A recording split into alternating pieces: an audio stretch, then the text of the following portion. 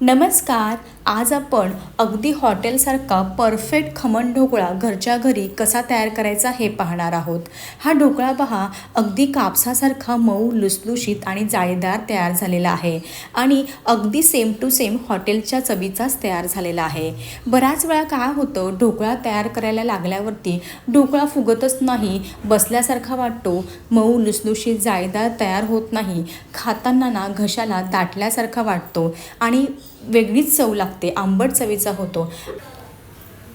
तर अशा बऱ्याच चुका बऱ्याच महिलांच्या होतात, त्यामुळे ढोकळा करायला बऱ्याचदा घाबरतात. तर असं होऊ नये त्यासाठी आज मी व्हिडिओमध्ये वाटीचं आणि चमच्याचं अगदी परफेक्ट प्रमाण सांगितलेलं आहे. जर तुम्ही माझ्या पद्धतीने ढोकळा बनवला ना, तर इथून पुढे तुम्ही कधीच ढोकळा बाहेरून विकत आणणार नाही, घरीच तयार करणार.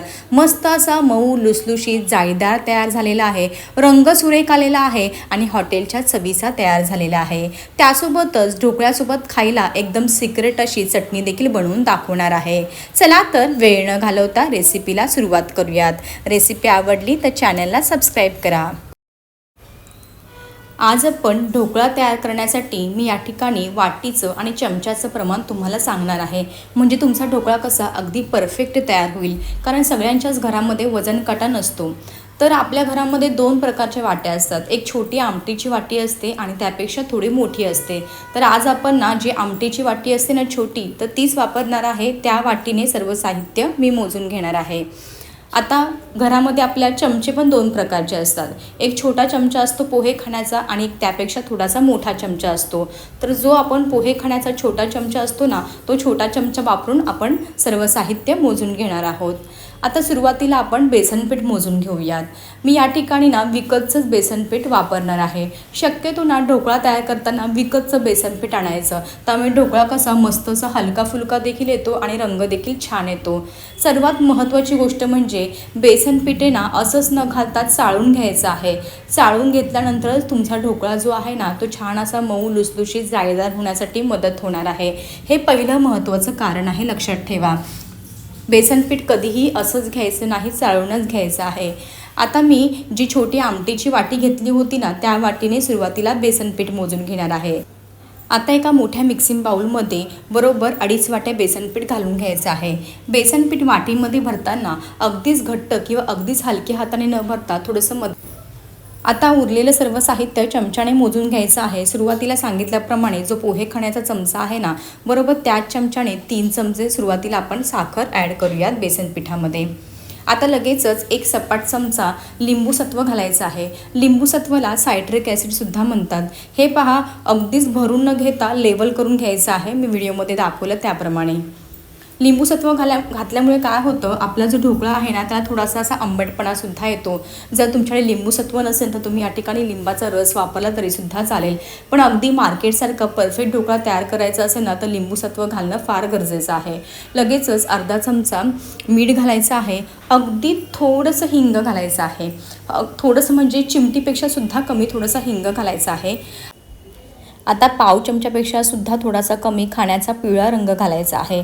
आता आपण बऱ्याच वेळा काय करतो, हळद पावडर घालतो. हळदीमुळे काय होतं, ढोकळा जेव्हा शिजतो ना, तेव्हा त्याच्यावरती थोडेसे ब्लॅक स्पॉट येतात.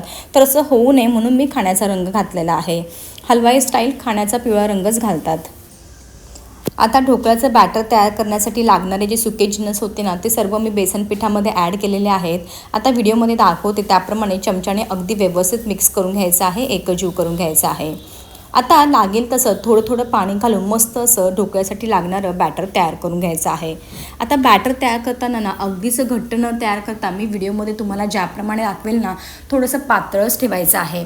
बऱ्याच वेळा काय होतं, आपण सर्व साहित्य व्यवस्थित घेतो, पण बॅटर जे आहे ना, ते फारच घट्ट ठेवतो. मग घट्ट ठेवल्यामुळे काय होतं, ढोकळा व्यवस्थित फुगत नाही आणि त्याला जाळीसुद्धा पडत नाही. हे सुद्धा दुसरं कारण आहे ढोकळा व्यवस्थित जाळीदार तयार न होण्याचं. आता सुरुवातीला आपण काय होतं, थोडंसं आपल्याला पाणी घालायचं आहे, कारण हे बेसनपीठ आहे. बेसनपिठामध्ये छोट्या मोठ्या गुठळ्या तयार होतात. गुठळ्या मोडत आपल्या चांगलं असं सरसरीत बॅटर तयार करून घ्यायचं आहे. अजिबात त्यामध्ये गुठळ्या वगैरे राहता कामा नये. त्यामुळे मी सजेस्ट करेल की चमच्याने वगैरे मिक्स न करता हाताचा वापर करा. हातानेच व्यवस्थित मिक्स करून घ्या. तुम्ही या ठिकाणी पाहू शकता लागेल तसं अगदी थोडं थोडं पाणी घालून मी मस्त असं ढोकळ्यासाठी लागणारं जे पीठ आहे ना ते भिजवून घेतलेलं आहे. तुम्ही एकदा कन्सिस्टन्सी पाहून घ्या. जास्तीचं अजिबात घट्ट नाही, थोडंसं पातळच ठेवलेलं आहे.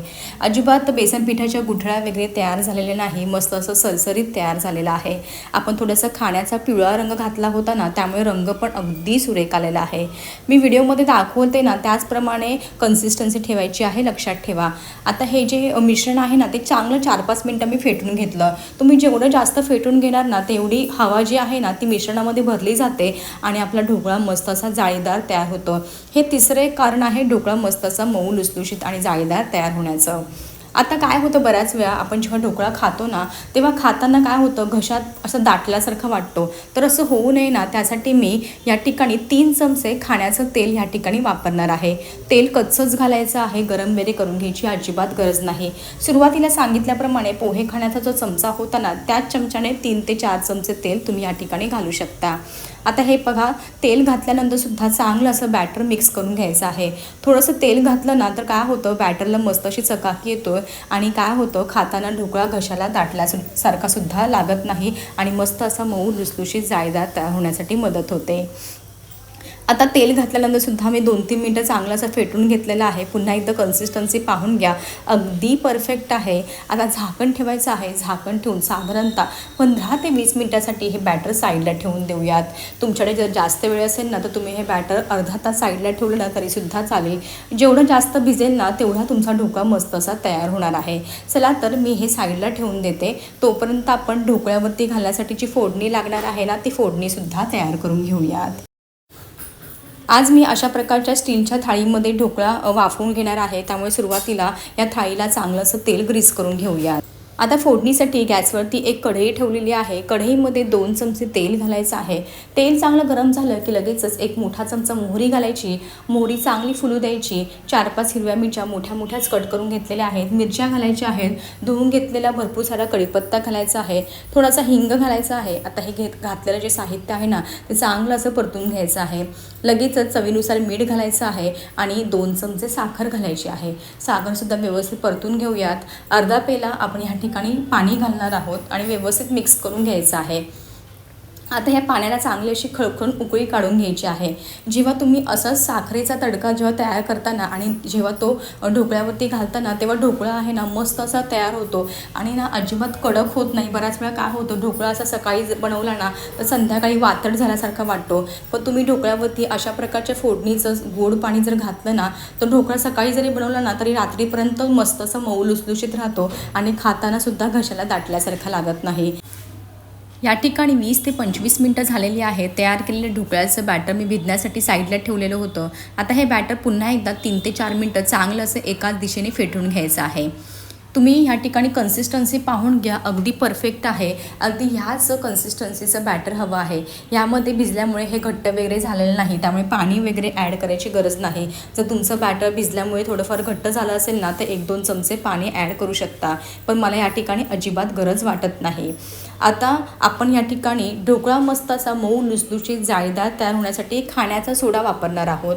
अर्धा चमचा खाण्याचा सोडा या ठिकाणी वापरायचा आहे. आता सोडा घालण्यापूर्वी काय करायचं आहे, एका साईडला ना कढईमध्ये पाणी आधीच गरम करायला म्हणजे उकळण्यासाठी ठेवायचं आहे. मोठा अर्धा चमचा खाण्याचा सोडा घातला. 1-2 थेंब वरतून पाणी घालायचं आहे सोडा ॲक्टिवेट होण्यासाठी. आता व्हिडिओमध्ये दाखवते ना त्याप्रमाणे फटाफट एकाच दिशेने हे बॅटर आपल्याला चांगलं असं हातानेच हलवून घ्यायचं आहे. तुम्ही या ठिकाणी पाहू शकता इनो मस्त असं ॲक्टिवेट झालेलं आहे. आपलं बॅटर मस्त असं फुललेलं आहे. रंग देखील बदललेला आहे. अगदी ह्याच पद्धतीचं बॅटर फुललं पाहिजे. बऱ्याच वेळा काय होतं, सोडा वापरता पण सोड्याची ना एक्सपायर डेट निघून गेलेली असते. भरपूर जुना सोडा असतो, त्यामुळे तुमचं ढोकळ्याचं जे पीठ आहे ना ते ॲक्टिवेट होत नाही. हे सुद्धा एक चौथं कारण आहे ढोकळा व्यवस्थित न फुगण्याचं.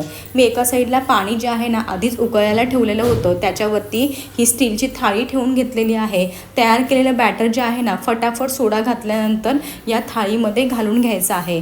जर तुम्ही पाणी खाली उकळायला ठेवलं नाही, अशाच थंड पाण्यावरती ही थाळी ठेवली ना तरीसुद्धा तुमचा ढोकळा फुगणार नाही. त्यामुळे लक्षात ठेवा, गरम गरम उकळतं पाणी असलं पाहिजे. हे पहा, अशा प्रकारे मी संपूर्ण बॅटर थाळीमध्ये एकसारखं घालून घेतलेलं आहे.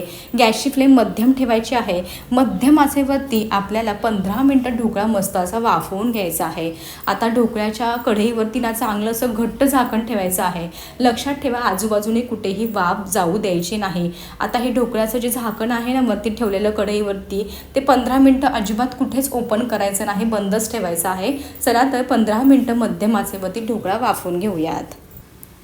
या ठिकाणी 15 मिनटं झालेली आहेत. मध्यम गॅसवरती मी ढोकळा मस्त असं वाफवून घेतलेला आहे. 15 मिनटं झाकण अजिबात कुठेही ओपन केलेलं नव्हतं. आता झाकण फार गरम आहे, त्यामुळे कपड्याने पकडून चांगलं असं झाकण आपल्याला वेगळं करायचं आहे.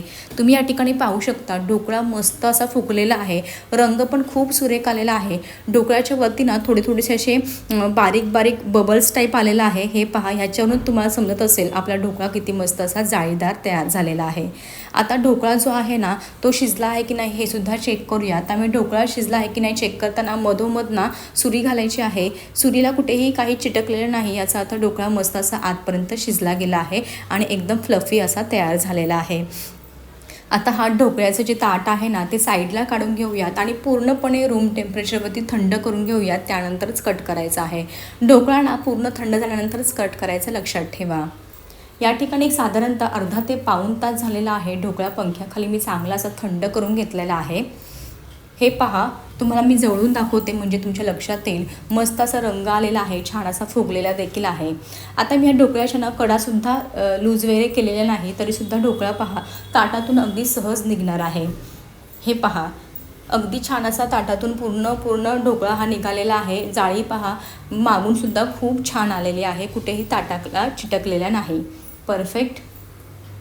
आता आपण हा ढोकळा कट करूयात.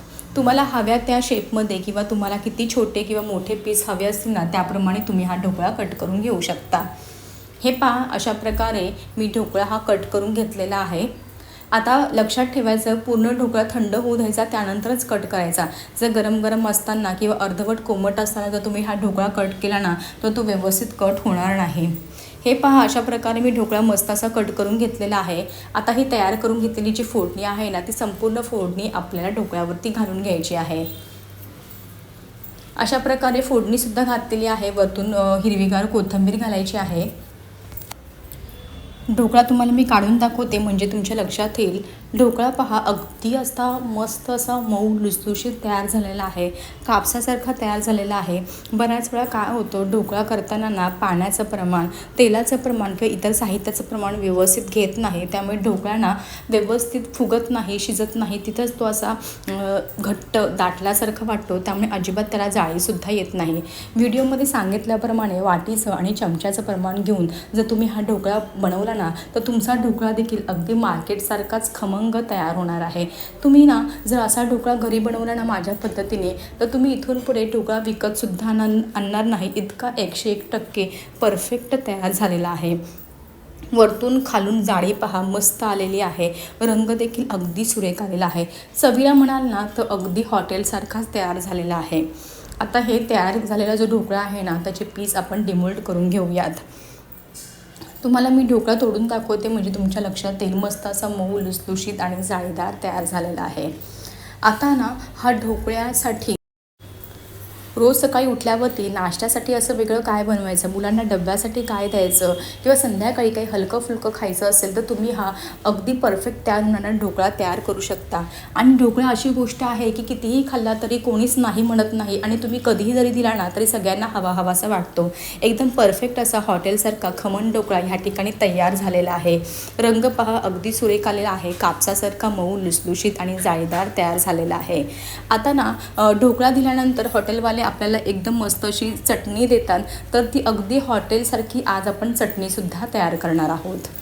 चटणी तयार करण्यासाठी या ठिकाणी मुठभर हिरवीगार कोथिंबीर घेतलेली आहे, त्यासोबतच मुठभर ताजा चांगला पुदिना घेतलेला आहे, धुवून घ्यायचा आहे. अद्रक, लसूण, 4-5 हिरव्या मिरच्या, कढीपत्ता आणि आपण जो तयार केलेला ढोकळा होता ना त्या ढोकळ्याचे 2-3 पीस घेतलेले आहेत. आता ढोकळ्याची चटणी आहे ना घट्ट होण्यासाठी हा तयार केलेला ढोकळा टाका, खूपच मस्त अशी हॉटेलसारखी चटणी तयार होणार आहे. हे पहा, अशा प्रकारे मी सर्व साहित्य घालून घेतलेलं आहे. लगेचच जे ढोकळ्याचे पीस होते ना ते सुद्धा ते चांगले असे तोडून घालायचे आहेत. चवीनुसार मीठ घालायचं आहे, 1 चमचा साखर घालायची आहे. चटणी मस्त अशी चटपटीत तयार होण्यासाठी अर्धा चमचा लिंबाचा रस घालायचा आहे. लागेल तसं अगदी थोडं थोडं पाणी घालून मस्त अशी चटणी आपल्याला बारीक करून घ्यायची आहे. हे पहा, अशा प्रकारे एकदम दाटसर आणि चटपट अशी ढोकळ्याची सिक्रेट चटणी देखील तयार झालेली आहे. रंग पहा, अगदी सुरेख आलेला आहे. आता ही तयार केलेली चटणी एका वाटीमध्ये काढून घेऊयात. तुम्ही मी सांगितल्याप्रमाणे ढोकळा आणि चटणी करून पहा. इथून पुढे तुम्ही कधीच हॉटेलमधून ढोकळा विकत आणणार नाही. कशी वाटली तुम्हाला माझी ह्याची रेसिपी? आवडली असेल तर जरूर करून पहा. असेच भेटूया एका नवीन आणि सोप्या रेसिपीसोबत. तोपर्यंत मस्त खा आणि हेल्दी राहा.